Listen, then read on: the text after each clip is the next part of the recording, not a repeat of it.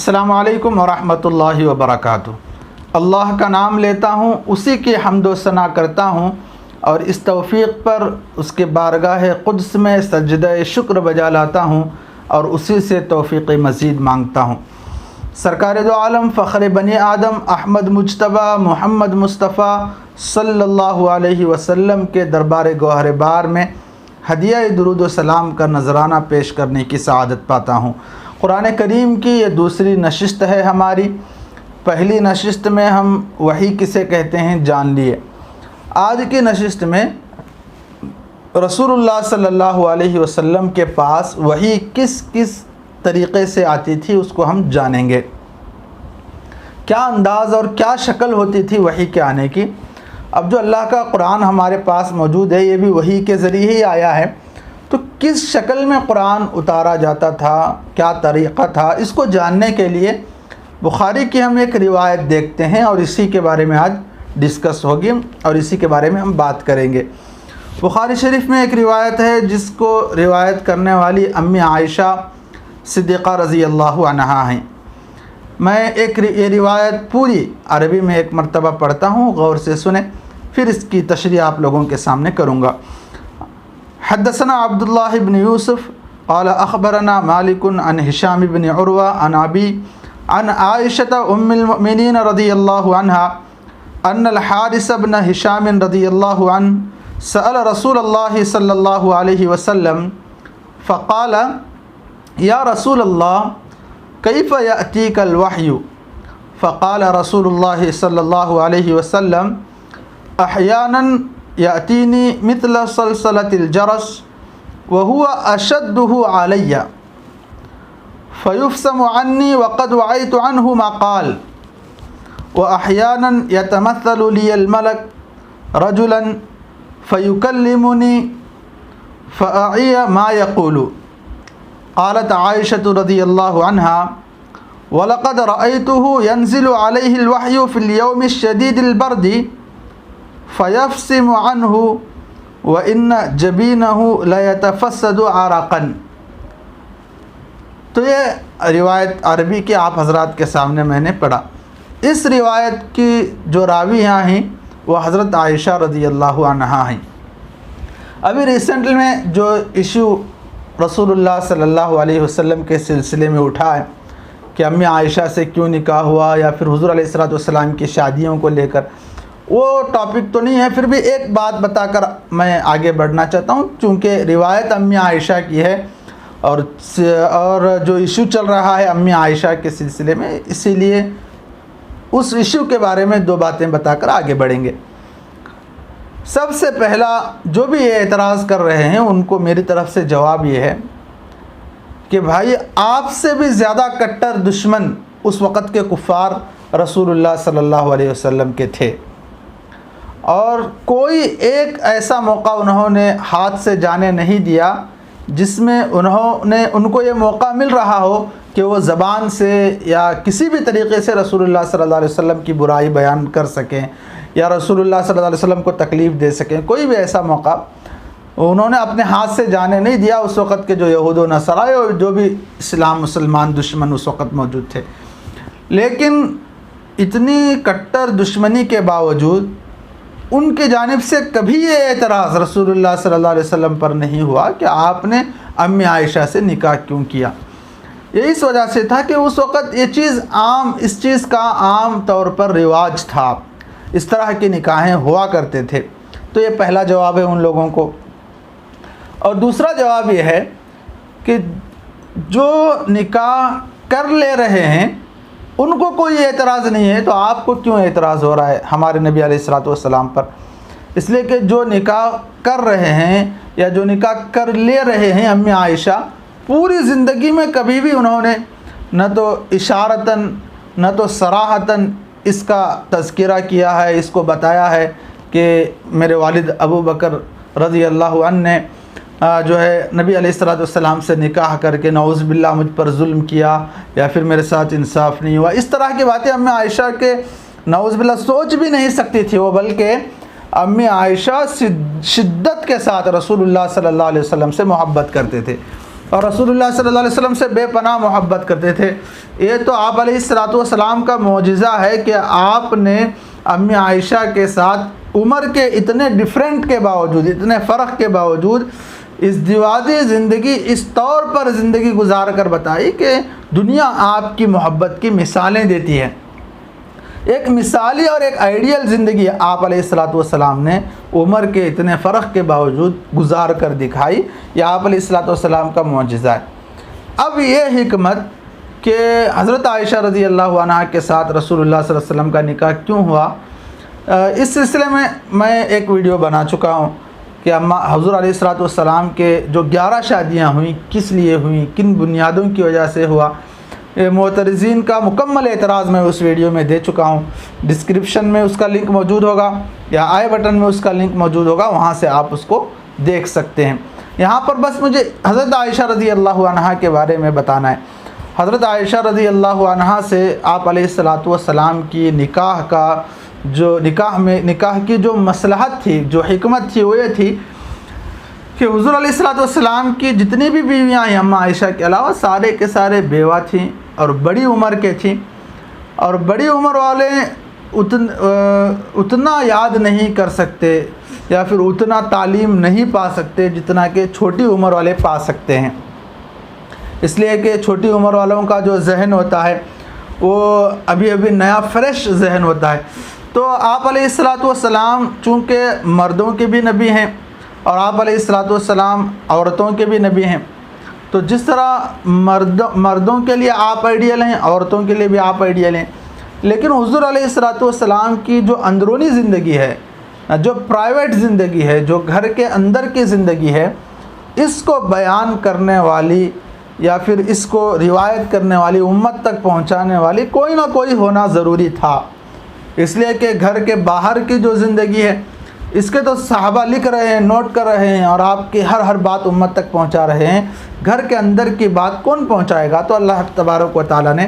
اس کے لیے ایک ٹیم بنائی، اسی ٹیم کا نام ازواج مطہرات ہے، نبی علیہ الصلوۃ والسلام کی بیویاں اور ہم سب کی مائیں رضی اللہ عنہم اجمعین ہیں۔ اور ان میں سے جو ٹاپ لیول کی حضور علیہ الصلوۃ والسلام کی بیوی ہونے کے ساتھ ساتھ اسٹوڈنٹ تھی، وہ ام المؤمنین حضرت عائشہ صدیقہ رضی اللہ عنہا تھی۔ آپ علیہ الصلوۃ والسلام کے انتقال کے بعد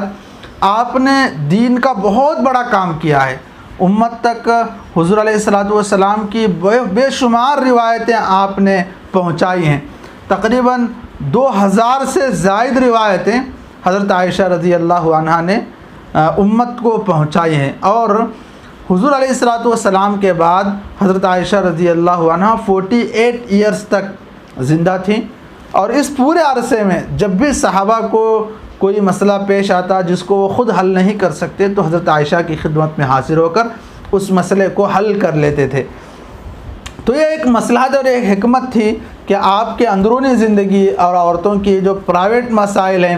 یا آپ کے گھر کے اندر کی جو زندگی ہے، یہ امت تک پہنچانے کے لیے اللہ تبارک و تعالیٰ نے جو انتظام کیا، اسی انتظام کی ایک مضبوط کڑی حضرت عائشہ رضی اللہ عنہا تھی۔ اور حضرت عائشہ رضی اللہ عنہا نے جو روایتیں امت تک پہنچائی ہیں، انہی روایتوں میں سے ایک روایت بھی ہے جو آج ہم پڑھ رہے ہیں۔ تو اس روایت کو بھی حضرت عائشہ رضی اللہ عنہا ہی بیان کرتی ہیں۔ دیکھیے حضرت عائشہ رضی اللہ عنہا فرماتی ہیں کہ حارث بن ہشام رضی اللہ عنہ ایک صحابی ہیں، انہوں نے رسول اللہ صلی اللہ علیہ وسلم سے دریافت فرمایا کہ یا رسول اللہ کیف یأتیک الوحی، کہ آپ کے پاس وحی کیسے آتی ہے؟ وحی کے پوچھنا یہ چاہ رہے ہیں صحابی کہ وحی کے آنے کا طریقہ کیا ہوتا ہے، اس کی شکل کیا ہوتی ہے، کیونکہ وحی یا پھر قرآن یا کلام اللہ جو بھی ہے یہ تو عالم بالا سے تعلق رکھنے والی چیز ہے، آسمان دنیا سے تعلق رکھنے والی چیز ہے۔ آسمان دنیا سے تعلق رکھنے والا کلام اس دنیا میں آپ تک آ رہا ہے، تو اس کے آنے کی شکل کیا ہے، صورت کیا ہے؟ یہ حضرت حارث بن ہشام رضی اللہ عنہ رسول اللہ صلی اللہ علیہ وسلم سے دریافت فرما رہے ہیں۔ رسول اللہ صلی اللہ علیہ وسلم اس کے جواب میں 2 صورتیں بیان کرتے ہیں جو اس روایت میں موجود ہیں، یعنی عمومی طور پر وحی آنے کی جو شکل ہے ان دو شکلوں کو رسول اللہ صلی اللہ علیہ وسلم یہاں بیان کرتے ہیں، ورنہ تو بہت ساری شکلیں، بہت سارے طریقے ہیں جن طریقوں سے وحی رسول اللہ صلی اللہ علیہ وسلم کے پاس آتی تھی، قرآن رسول اللہ صلی اللہ علیہ وسلم کے پاس آتا تھا۔ لیکن مشہور جو طریقے ہیں اللہ کے رسول علیہ السلام نے ان دونوں طریقوں کو اس روایت میں بیان کیا، آپ بھی اس کو سن لیں۔ اللہ کے رسول علیہ السلام نے جواباً فرمایا، احیاناً یأتینی مثل سلسلۃ الجرس وہو اشدہ علی فیفسم عنی وقد وعیت عنہ ما قال۔ اس کا ترجمہ ہے کہ کبھی وحی میرے پاس سلسلۃ الجرس کی مانند آتی ہے، کبھی وحی میرے پاس سلسلۃ الجرس کے مانند آتی ہے، اور جب وحی سلسلۃ الجرس کسے کہتے ہیں آگے اس کی تشریح کروں گا، بس آپ سلسلۃ الجرس یاد رکھیں۔ سلسلۃ الجرس کے مانند جب وحی میرے پاس آتی ہے تو یہ مجھ پر بہت گراں گزرتی ہے، یعنی بہت ثقیل معلوم ہوتی ہے، بہت وزنی کلام معلوم ہوتا ہے جب سلسلۃ الجرس کے مانند وحی آتی ہے۔ چلو دیکھیں سلسلۃ الجرس کسے کہتے ہیں۔ سب سے پہلے یہ دیکھیں کہ سلسلہ کہتے ہیں لوہے کو لوہے پر مارنا، اس کو سلسلہ کہتے ہیں، اور الجرس گھنٹی کو کہتے ہیں۔ اب تو چونکہ زمانہ بدل گیا ہے اور الیکٹریکل زمانہ ہے، تو بہت سی تعلیم گاہیں ایسی ہیں جہاں پر الیکٹریکل گھنٹی آ گئی ہیں، یعنی اب بٹن بجاؤ گھنٹی بیل بجتا ہے۔ لیکن اس سے پہلے بلکہ ابھی بھی بہت سی تعلیم گاہیں ایسی ہیں جہاں پر وہ لوہے کی گھنٹی بندھی ہوئی ہوتی ہے اور کوئی اسٹوڈنٹ، کوئی طالب علم جا کر لوہے کی چیز سے اس کو بجاتا ہے۔ اللہ کے نبی علیہ السلام وحی کو گھنٹی کے آواز سے تشبیہ دے رہے ہیں۔ کیوں؟ کیا کس چیز میں یہ تشبیہ ہے؟ تو دو چیزوں میں اس کی تشبیہ ہے۔ پہلی چیز یہ ہے کہ دیکھیں جب گھنٹی کو بجایا جاتا ہے ٹن ٹن ٹن، اگر کنٹینیو اس کو 3 4 5 10 دفعہ جب اس کو کنٹینیو بجائیں، لوہے کو لوہے پر مارے، تو اس سے جو وائس نکلتی ہے، اس سے جو آواز نکلتی ہے، اس آواز میں ایک طرح کا تسلسل رہتا ہے، کنٹینیوٹی جس کو کہتے ہیں، تسلسل رہتا ہے کہ کون سی گھنٹی کب شروع ہو رہی ہے اور کب ختم ہو رہی ہے، اس کا اندازہ نہیں لگتا، اندازہ لگانا مشکل ہوتا ہے۔ تو رسول اللہ صلی اللہ علیہ وسلم بھی یہی بتانا چاہتے ہیں کہ جس طرح گھنٹی کی آواز میں تسلسل رہتا ہے، مسلسل آواز آتی رہتی ہے، ایک کے بعد دیگرے، ایک کے بعد دیگرے، اسی طرح وہی کبھی اس شکل میں آتی ہے کہ گھنٹی کے مانند ایک آواز آ رہی ہے، اس کی ابتدا بھی نہیں معلوم ہو رہی ہے اور اس کی انتہا بھی نہیں معلوم ہو رہی ہے۔ اور دوسری چیز گھنٹی سے تشبیہ دینے کی یہ ہے کہ جب کنٹینیو گھنٹی کو بجایا جائے تو پھر سننے والے کو اس بات کا اندازہ نہیں ہوتا کہ کس سمت سے یہ آواز آ رہی ہے، کس جہت اور کس جانب سے یہ آواز آ رہی ہے، یہ سننے والے کو اندازہ نہیں ہوتا۔ تو رسول اللہ صلی اللہ علیہ وسلم یہ فرمانا چاہتے ہیں کہ جس طرح گھنٹی کے آواز کی جہت معلوم ہونا مشکل ہوتی ہے، اسی طرح جب وحی میرے پاس آتی ہے، یعنی جب اللہ کا کلام میرے پاس آتا ہے قرآن وحی کی شکل میں، تو پھر اس کے جہت کا اندازہ نہیں لگتا کہ بھئی کہاں سے آ رہی ہے، سامنے سے آ رہی ہے، پیچھے سے آ رہی ہے، دائیں سے آ رہی ہے، بائیں سے آ رہی ہے، اس کا اندازہ لگانا مشکل ہوتا ہے۔ اسی لیے کو رسول اللہ صلی اللہ علیہ وسلم نے فرمایا کہ کبھی سلسلۃ الجرس کے مانند مجھ پر وحی آتی ہے۔ اب ایک سوال یہ پیدا ہوتا ہے کہ آپ کے من میں بھی پیدا ہوا ہوگا کہ سلسلۃ الجرس کی یہ جو آواز ہے، یہ آواز کس کی ہے؟ یعنی گھنٹی کے بجنے کی جو آواز ہے، یہ آواز کس کی ہے؟ یہاں پر الگ الگ لوگوں نے الگ الگ باتیں کہی ہیں۔ کسی نے کہا کہ یہ جو آواز رسول اللہ صلی اللہ علیہ وسلم کو آتی تھی، یہ فرشتے کے پروں کی آواز ہوتی تھی۔ فرشتوں کو پر ہوتے ہیں، تو فرشتہ جب پر جو اس طرح ہلاتا ہے، پھڑ پھڑاتا ہے،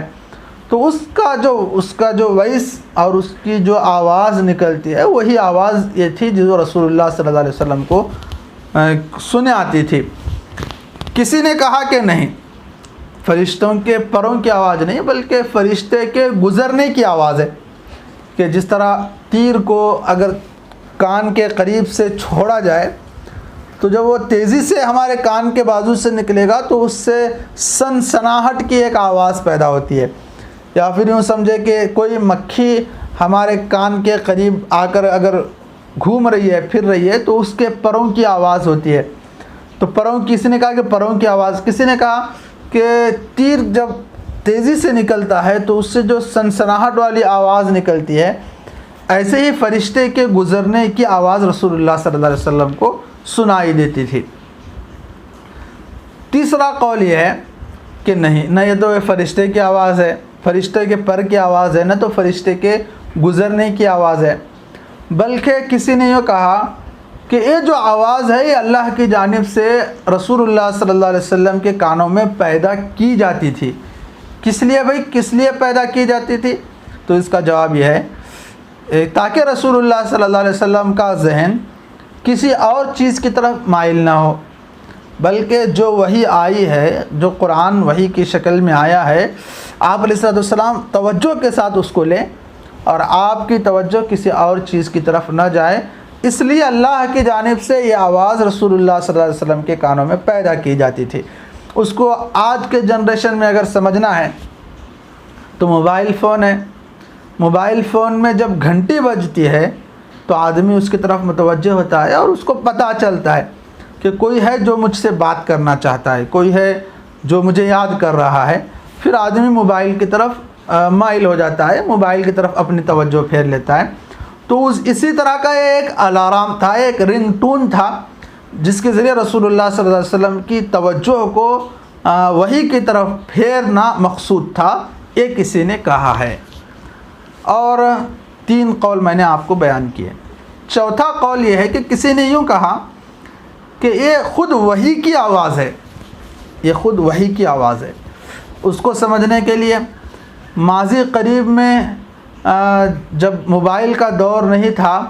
تو اس وقت ٹیلی گرام کیا جاتا تھا، تب واٹس ایپ بھی نہیں تھا، فیس بک بھی نہیں تھا، یا پھر اس طرح کے مطلب میسج جلد پہنچانے کا کوئی ذریعہ نہیں تھا۔ تو ماضی قریب میں آپ میں سے کوئی دیکھا ہوگا، میں تو نہیں دیکھا ہوں، پھر بھی ہمارے اساتذہ نے جو بیان کیا وہ بیان کر رہا ہوں کہ جو ٹیلی گرام ہوتا تھا، ٹیلی گرام میں کیا ہوتا تھا کہ بھائی ایک بندہ یہاں پر بیٹھا ہوا ہے اور دوسرے بندے تک آواز کو یا میسج کو پہنچانا ہے، تو بس یہاں بیٹھا ہوا کچھ ٹائپ کرتا تھا، ٹک ٹک ٹک ٹک، نہ تو بات کی آواز جا رہی ہے، نہ تو الفاظ کا کچھ پتہ چل رہا ہے، بس ٹک ٹک کی آواز آ رہی ہے۔ اس آواز کو سن کر دور بیٹھا ہوا آدمی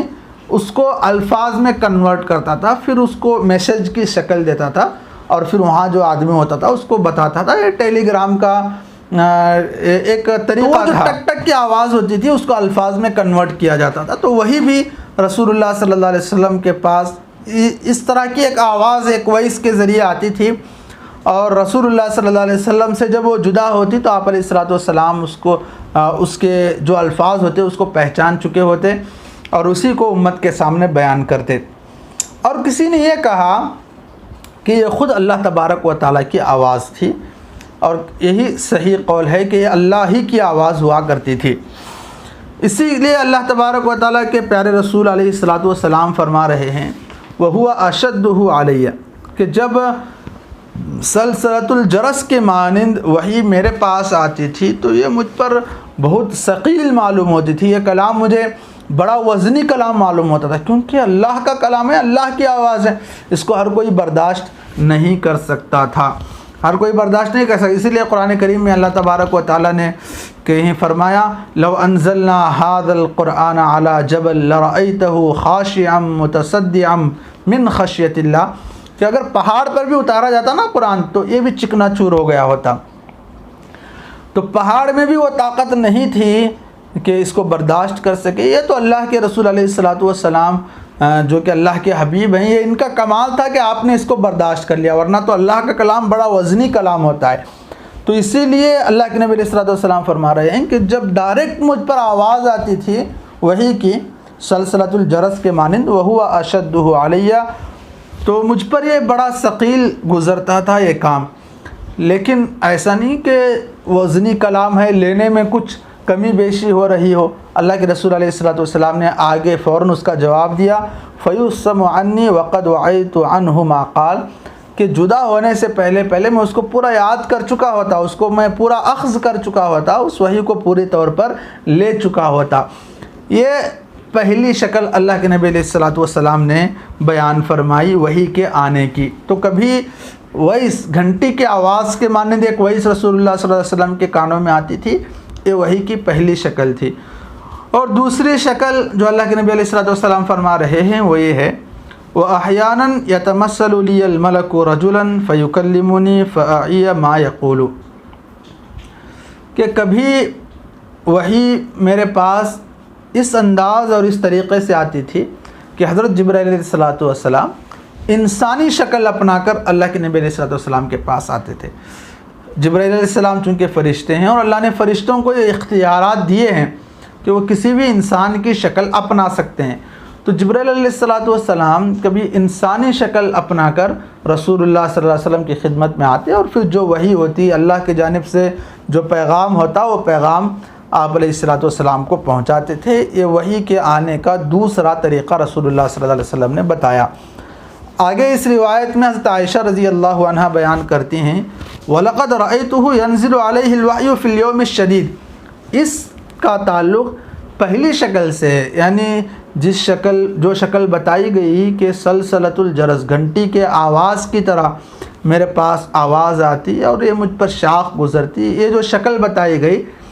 اس شکل سے یہ جملہ تعلق رکھتا ہے کہ حضرت عائشہ رضی اللہ عنہ فرماتی ہیں کہ سخت سردی کے دن ہوتے تھے، سخت سردی کے دن، جاڑے کے دن ہوتے تھے، سردی کے دن میں انسان کو پسینہ نہیں آتا، لیکن اماں عائشہ فرماتی ہیں کہ سردی کے دنوں میں بھی جب آپ علیہ الصلوۃ والسلام پر وحی اترتی، وحی نازل ہوتی، تو آپ کی پیشانی مبارک پسینے سے شرابور ہو چکی ہوتی، یعنی پسینہ آپ کے پیشانی پر ٹپک رہا ہوتا سخت سردی کے دنوں میں بھی۔ بلکہ بعض روایتوں میں آتا ہے کہ اگر آپ اونٹنی پر بیٹھے ہوتے اور وحی آتی تو وحی اتنی ثقیل ہوتی، اتنی وزنی ہوتی کہ اونٹنی جگہ پر بیٹھ جاتی، اس وزن کو برداشت نہیں کر سکتی۔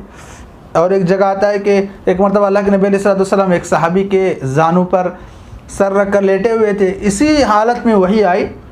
صحابی فرماتے ہیں کہ اتنا وزن میرے مانڈی پر محسوس ہونے لگا کہ کہیں میرا زانو ٹوٹ نہ جائے، میری جو مانڈی ہے، پنڈلی ہے، ٹوٹ نہ جائے، مجھے ٹوٹنے کا احساس ہونے لگا۔ تو وہی بڑی ثقیل چیز ہوتی تھی، اللہ کے نبی علیہ الصلوۃ والسلام پر اترتی تھی تو اللہ کے نبی علیہ الصلوۃ والسلام اس کو اخذ کر لیتے تھے۔ اسی کو حضرت عائشہ رضی اللہ عنہ فرماتی ہیں کہ وَلَقَدْ رَأَيْتُهُ يَنزِلُ عَلَيْهِ الْوَحْيُ فِي الْيَوْمِ الشَّدِيدِ الْبَرْدِ، سخت سردی میں آپ پر وحی آتی، فَيَفْصِمُ عَنْهُ وَإِنَّ جَبِينَهُ لَيَتَفَسَّدُ عَرَقًا، کہ جب وحی آنے کا سلسلہ ختم ہوتا تو آپ کی پیشانی پر پسینہ ہی پسینہ ہوتا۔ تو اس روایت میں آپ حضرات کے سامنے دو شکلیں میں نے بیان کی۔ پہلی شکل تھی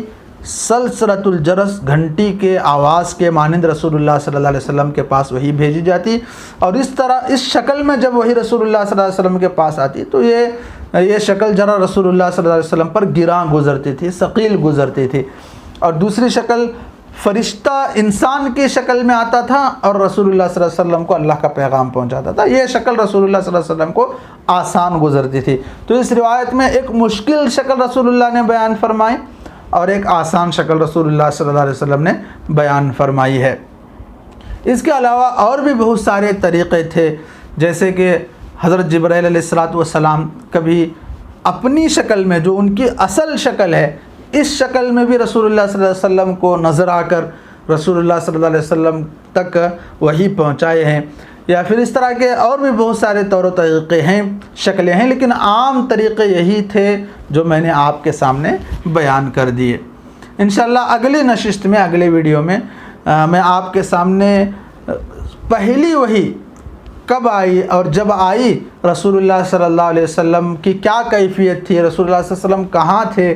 یہ ساری باتیں آپ کی خدمت میں پیش کرنے کی کوشش کروں گا۔ اللہ ہم سب کے کہنے اور سننے کو قبول فرمائے اور قرآن کریم سے خوب وابستگی نصیب فرمائے اور اس کی خدمات کو قبول فرمائے۔ السلام علیکم ورحمۃ اللہ وبرکاتہ۔